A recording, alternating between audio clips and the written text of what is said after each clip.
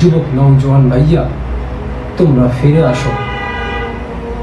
যদি কেউ ফিরে আসে তওবা করে, আল্লাহ রাব্বুল আলামিন অনেক খুশি হন।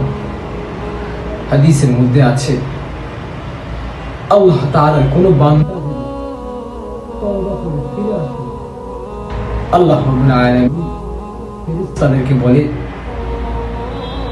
যাও 7 আসমান প্রস্তুতি করো, জান্নাত প্রস্তুতি করো। তো ফেরেশতারা বলে, আল্লাহ কি জন্য প্রস্তুতি করব? ফেরেশতারা বলে, মওলা কি জন্য আপনি প্রস্তুতি করতে বলেছেন? তো আল্লাহ তাআলা বলেন, আসলাহুল আবদু মাওলাহু, আমার একটা বান্দা ছিল, দিকে গেছিল, এখন সে আবার ফিরে আসছে। আগে সিজদা দিত না, এখন সিজদা দেয়।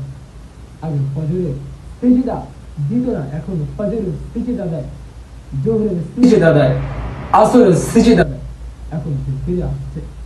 আগে দাঁড়িয়ে রাখতো না, এখন রাখে। আল্লাহ তাআলা এই কথাগুলো বলছেন ফেরেশতাদেরকে। এই জন্য যুবক ভাইরা, নওজোয়ান যুবক ভাইরা, আপনারা ফিরে আসেন।